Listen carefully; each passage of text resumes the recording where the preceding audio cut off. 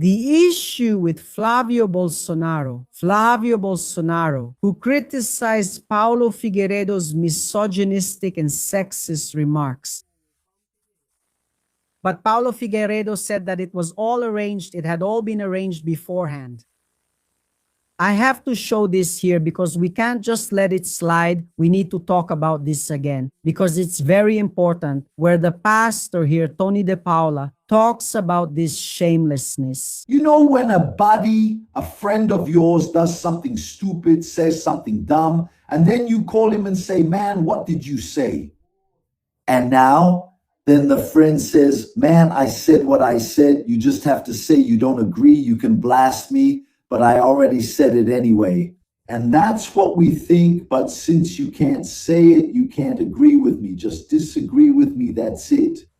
Then you go after you've arranged it with this friend, and then you're going to disavow him. That's pretty much what Flavio Bolsonaro did with Paulo Figueiredo. Paulo Figueiredo was the one who said that women don't know how to vote, especially single women. At least married women vote a little better because they listen to their husbands. Watch this video of Paulo Figueiredo saying that he arranged everything with Flavio Bolsonaro. By the way, yesterday I suggested that to him. I said, make lemonade out of lemons. Publicly contradict me. If anyone asks, don't hesitate to contradict me. Say that I'm not part of your campaign. Say that you disagree with me. Say this, that you think women vote well and that they vote so well that they're going to vote for you. It's a great political speech. Why? It was all arranged. Every day it gets harder to believe in Flavio Bolsonaro. It gets harder and harder to believe when he says he didn't do it, that he doesn't think that way, that it's not really like that.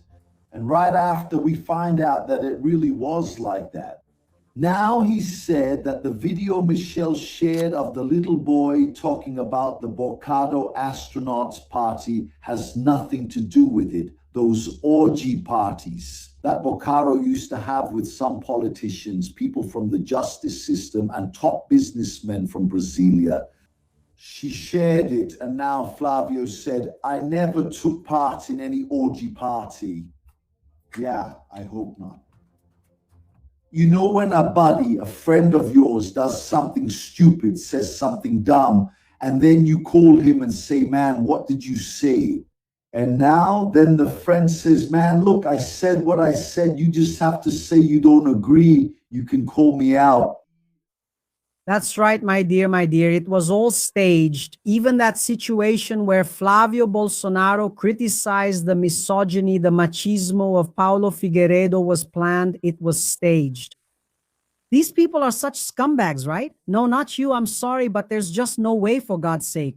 Now, regarding Sosthenes, Congressman Leonel Reid said something here. Pay attention. He's already pointed his finger at the side. They found money in Bolsonaro's friend's book because they don't like to read, right? Especially Bolsonaro, who still hasn't managed to reduce his sentence because he hasn't read any books. But they're finding money inside the PL's books.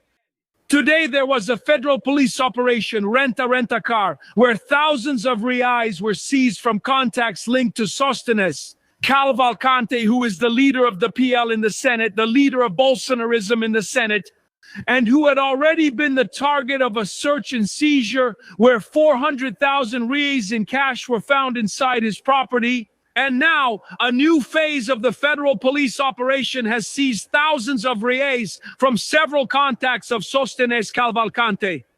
And there, some of the money was found inside a book. Now we know what books are used for by the Bolsonaro family and the PL.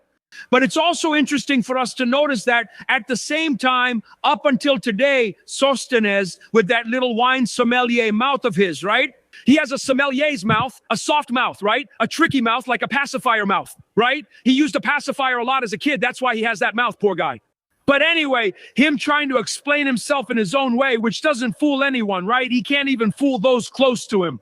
He said that this amount came from a property he had sold. And we'll see that the contract he presents was made after the federal police operation.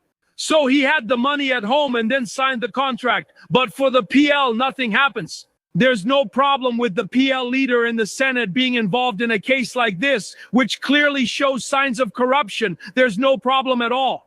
It doesn't matter if Michelle Bolsonaro tells Valdemar da Costa Neto, as reported in the press today, that soon more scandals will ruin Flavio Bolsonaro's campaign. For the PL, everything is fine. Everything is legitimate, right?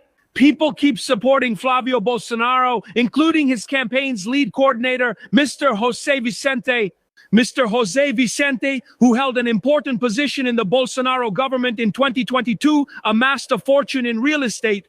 And the Bolsonaro family, right? The people around them have this habit, of buying real estate, usually paying in cash. Just coincidences, right?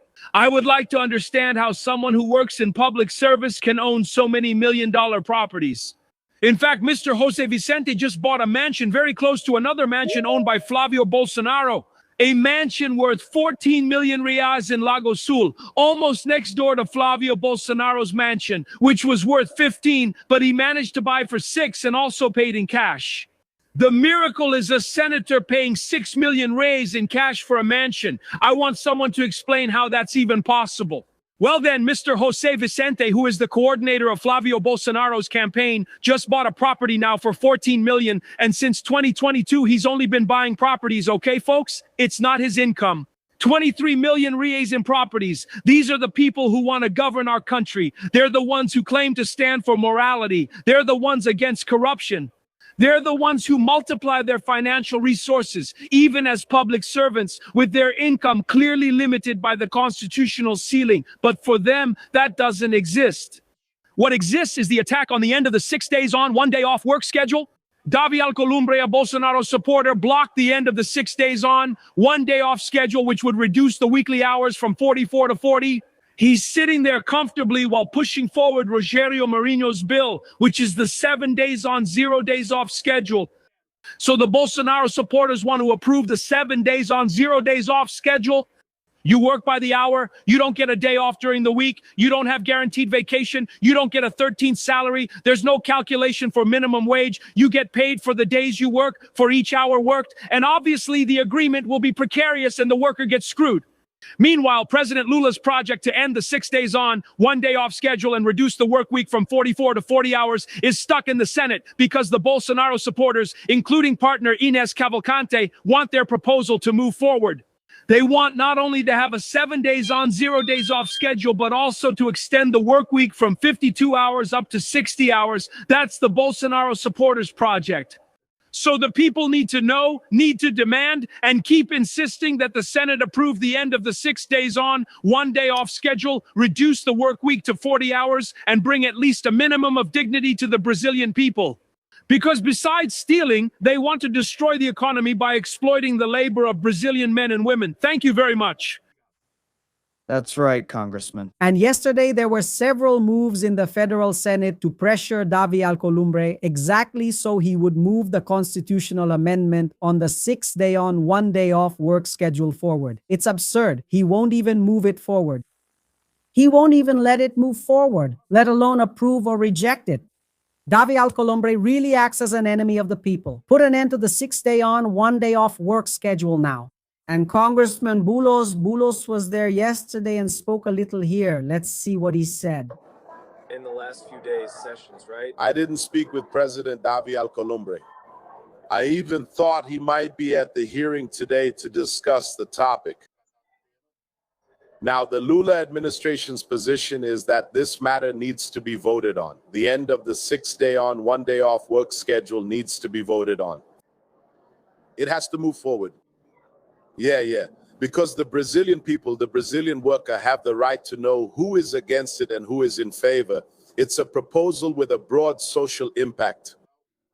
Today, it's the main topic of public debate, of political debate in our country. Minister Paulo Pereira is here. Congrats on the excellent intervention. Yes. And the Brazilian people are following along. I think it's a sign of respect for the workers of this country to move forward. Whoever is against it, vote against it. State your reasons. That's part of democracy. Whoever is in favor, vote in favor.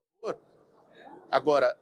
Now, blocking a proceeding doesn't seem like the best way to me, right? I want to make this appeal here. I made this appeal at the public hearing, but I want to make this appeal to President Davi Alcolumbre and to the entire board of the Senate so that they can allow it to proceed, send it to the Constitution and Justice Committee so that this debate can continue in Brazilian society. Yes, that's it. This is important for the worker. This is important for the country. This agenda is not simply an agenda of President Lula's government. This is an agenda for Brazil, for Brazilian workers. It's not the governments, it's not the legislatures. It's an agenda that came from Brazilian society as a cry for freedom, a cry against exhaustion. And we will keep working so that it gets voted on as soon as possible. That's right. So we realize that Davi Alcolumbre is the one holding up this agenda, so it doesn't even move forward. All of this, he switched sides after the first operation involving Daniel Volcaro.